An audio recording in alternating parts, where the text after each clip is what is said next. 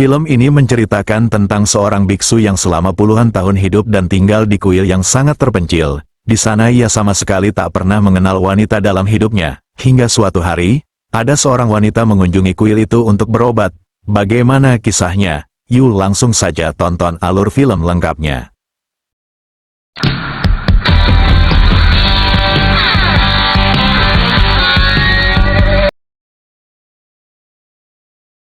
Film dimulai dengan menampilkan kehidupan seorang biksu bernama Biksu Tua.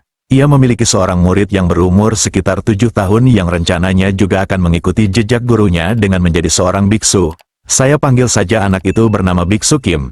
Mereka tinggal di sebuah kuil di tengah danau yang berada di dalam hutan. Sehari-harinya, Biksu Tua selalu masuk ke hutan untuk mencari bahan makanan dan obat-obatan bersama muridnya itu.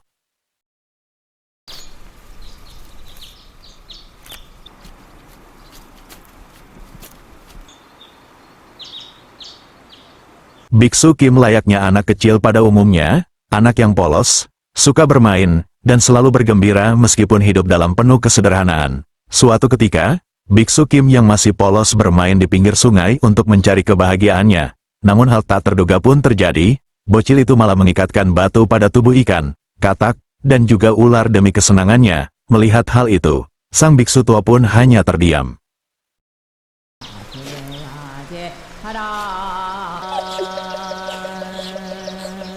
Namun di keesokan harinya, bocil itu pun mendapatkan hukuman dari sang guru dengan dikaitkan batu ke badannya saat ia sedang tertidur. Setelah menyadari perbuatannya itu salah, dia pun kembali ke sungai dan mencari semua binatang yang pernah ia ikat.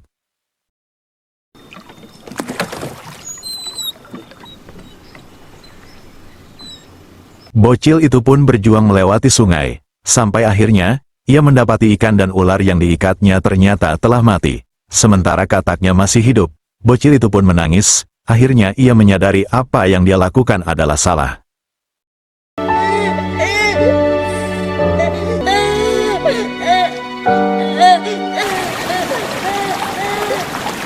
Waktu pun berlalu dengan cepat.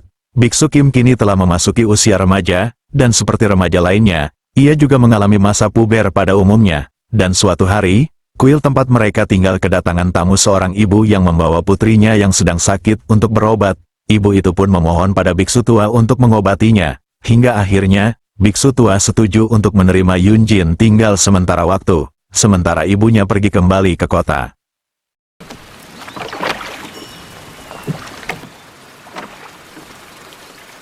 Sejak kedatangan Yunjin, layaknya remaja pada umumnya, Biksu Kim punya penasaran yang sangat tinggi. Ditambah oleh dorongan hawa nafsu yang kuat membuat dirinya mulai mengenal rasa cinta. Biksu Kim pun terlihat malu untuk mengatakan apapun pada Yunjin.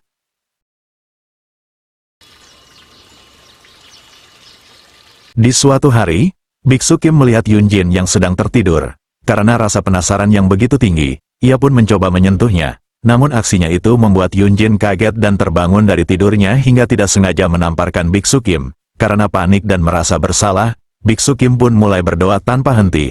Setelah beberapa saat, si Yunjin ini pun menyentuh bahunya Biksu Kim, menandakan ia telah dimaafkan.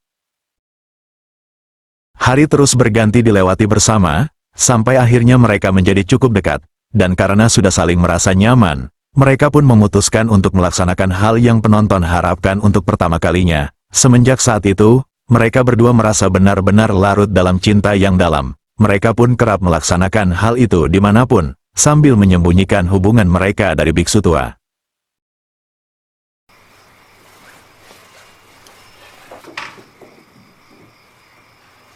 Namun suatu hari, tanpa sengaja, biksu tua justru memergoki mereka yang sedang tidur berdua di dalam perahu. Melihat hal itu, biksu tua pun membangunkan mereka dengan mencabut ganjelan pembuangan air di perahu mereka.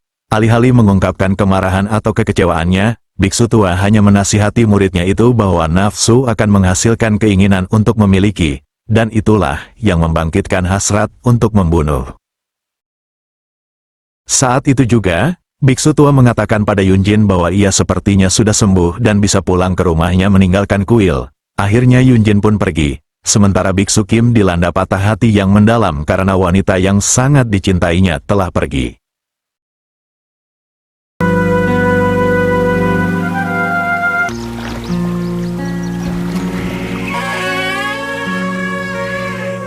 Karena rasa cinta yang sudah sangat mendalam, Biksu Kim kemudian berniat pergi untuk mengejar Yunjin cinta pertamanya itu. Ia pun akhirnya pergi dengan membawa patung Buddha dan ayam peliharaannya.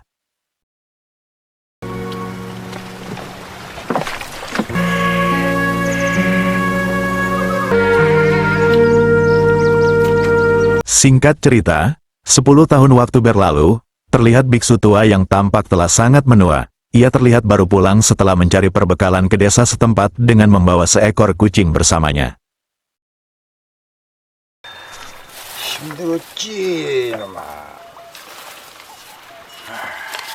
Namun tidak lama, hal mengejutkan terjadi. Saat itu secara tidak sengaja, biksu tua melihat sekilas berita tentang mantan muridnya di surat kabar. Saat itu diketahui, Biksu Kim sedang dalam pencarian polisi karena sudah memulangkan istrinya ke dunia lain. Melihat kenyataan itu, biksu tua pun meramalkan bahwa Biksu Kim akan datang kembali ke kuil. Biksu tua pun segera menjahit kain untuk dijadikan pakaiannya kelak.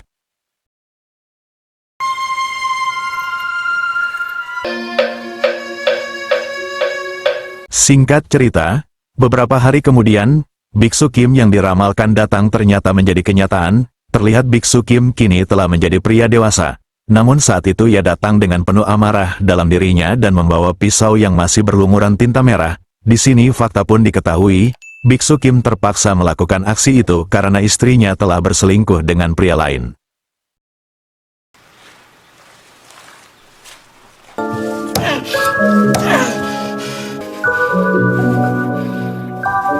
Karena rasa sakit hati, kecewa, dan penyesalan yang telah diperbuatnya, di sore harinya Biksu Kim mencoba melakukan ritual berpindah alam untuk menebus dosa-dosanya. Namun beruntung, aksi itu diketahui biksu tua sehingga segera menghentikan ritual tersebut. Biksu tua pun mengatakan, meskipun ia telah memulangkan istrinya ke dunia lain, namun takkan mudah baginya untuk melakukan penebusan dosa begitu saja. Setelah itu, biksu tua menuliskan kata-kata di lantai dengan menggunakan cat. Di sisi lain, Biksu Kim akhirnya memulai melakukan pertaubatan. Ia memulainya dengan mencukur rambutnya. Setelah itu ia diperintahkan untuk mengukir huruf-huruf yang telah dituliskan oleh biksu tua di lantai. Karena tulisan itu dipercaya dapat menenangkan hati, jiwa, dan pikiran seseorang.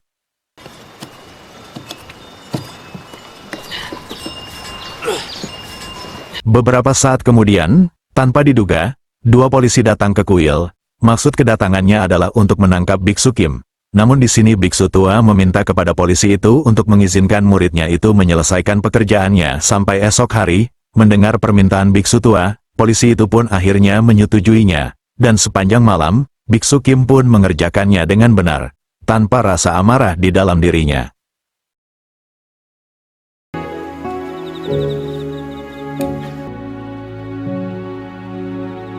Hingga pagi pun tiba, Biksu Kim akhirnya berhasil menyelesaikan semua pekerjaannya. Ia yang kelelahan langsung tertidur di lantai, sedangkan para polisi membantu biksu tua untuk mengecat tulisan yang telah diukir dengan tinta warna-warni. Di sana tampak mereka juga terbawa tenang dengan mengerjakan hal tersebut. Dan ketika semua pekerjaan telah selesai, ketika itu Biksu Kim pun terbangun dari tidurnya. Kali ini ia terlihat tenang dan damai. Ia pun dibawa pergi oleh para polisi itu untuk mempertanggungjawabkan atas aksi yang telah dilakukannya.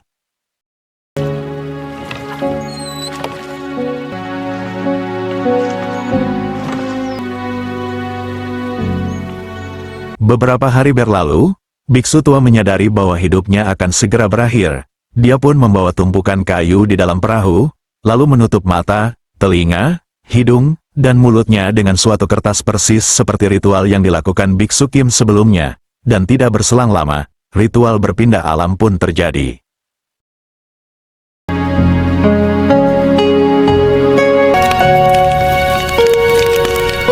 Waktu pun terus berlalu, hingga tak terasa 15 tahun sudah berlalu. Pada musim salju itu, Biksu Kim kini telah bebas bersyarat dan memutuskan untuk kembali menjadi biksu. Dia pun kembali ke kuil yang selama bertahun-tahun lamanya tak berpenghuni itu. Saat Biksu Kim memasuki kuil, ia menemukan pakaian sang guru yang telah ditata tepat sebelum kematiannya. Dia juga menemukan buku tentang sikap meditasi dan mulai berlatih serta berolahraga di tengah cuaca yang dapat membekukannya.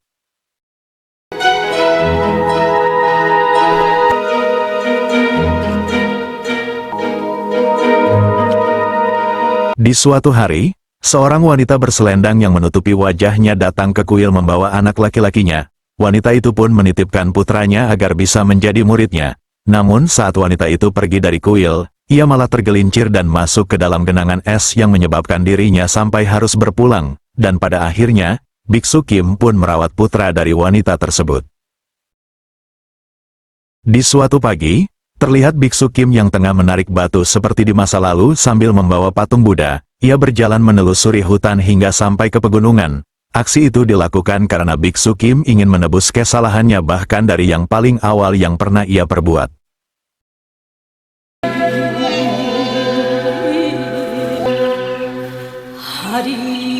Musim demi musim terus berganti.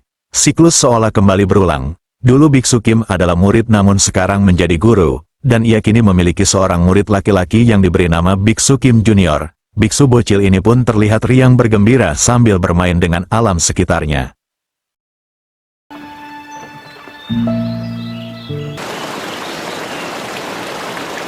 Namun hal mengejutkan kembali terjadi. Ternyata, kali ini biksu bocil sedikit lebih barbar. Kalau dulu Biksu Kim cuma mengikat batu ke beberapa hewan, kini yang dilakukan muridnya itu justru lebih parah dengan nyekokin hewan-hewan itu dengan batu. Sambil geleng-geleng kepala, Biksu Kim pun berpikir hukuman apa yang akan ia terapkan kepada muridnya itu. Dan akhirnya, film pun selesai. Pesan yang bisa diambil dari kisah film ini adalah, cinta yang tulus tidak pernah membenarkan kekerasan. Rasa sakit karena pengkhianatan memang bisa menghancurkan hati dan akal sehat. Namun melukai orang lain bukanlah jalan keluar, melainkan awal dari kehancuran yang lebih besar. Film ini mengajarkan bahwa cinta tanpa kendali dapat berubah menjadi obsesi. Dan ketika emosi menguasai logika, manusia bisa kehilangan sisi kemanusiaannya sendiri. Pengkhianatan adalah kesalahan, tetapi kekerasan adalah pilihan yang membawa penyesalan seumur hidup. Belajarlah untuk mengelola emosi, menerima kenyataan dengan dewasa, dan memilih pergi daripada menyakiti. Karena harga diri dan keselamatan jiwa jauh lebih berharga daripada cinta yang tak lagi setia.